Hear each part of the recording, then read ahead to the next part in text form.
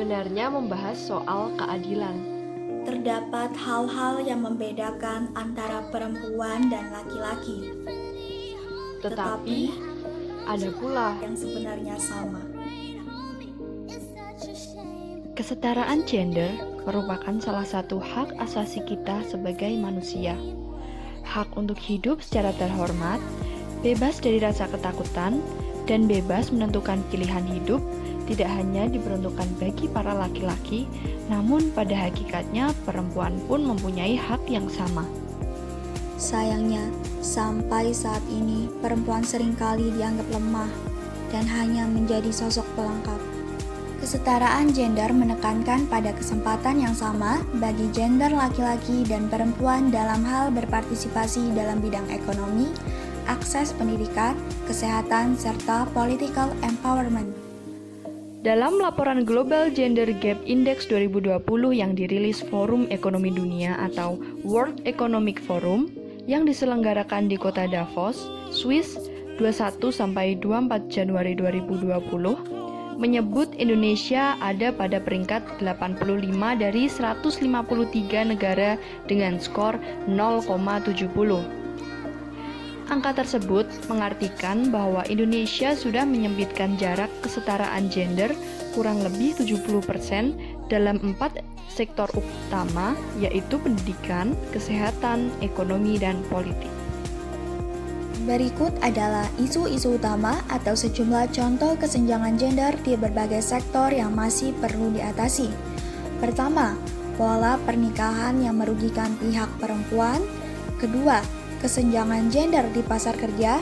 Ketiga, kekerasan fisik. Dan keempat, hak kepemilikan. Banyak perempuan tidak memiliki aset atas nama dirinya seperti rumah, tanah, atau perusahaan. Itu dilihat dari sisi legal barrier atau hambatan segi hukum. Selain itu, akses modal juga perlu kapasitas seperti education atau pendidikan, skill atau kemampuan, dan leadership atau jiwa kepemimpinan. Mayoritas di Indonesia, perempuan banyak bekerja di sektor informal, serta banyak perempuan dengan kemampuan yang sama dengan laki-laki, tetapi digaji lebih rendah. Kendati demikian, isu-isu terkait kesenjangan gender masih terus bermunculan. Isu kekerasan fisik berupa kekerasan seksual terhadap perempuan menjadi hal yang selalu signifikan untuk dibahas.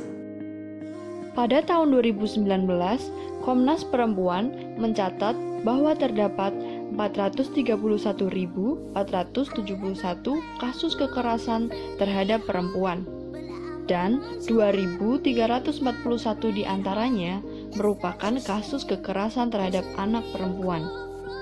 Data kekerasan yang tercatat ini mengalami peningkatan secara signifikan sepanjang 5 tahun terakhir. Menurut catatan tersebut, 571 kasus merupakan kasus kekerasan seksual.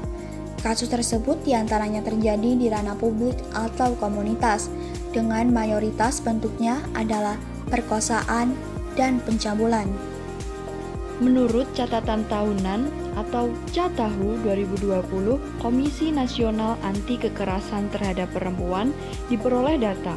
Tercatat 431.471 kasus kekerasan terhadap perempuan. Mengutip salah satu pernyataan pengurus LPSK di Medcom ID, ia menyebutkan bahwa sejumlah terlindung akibat kasus kekerasan seksual berdasarkan jenis kelamin sebanyak 134 laki-laki, terdiri atas 77 orang dewasa dan 57 anak-anak.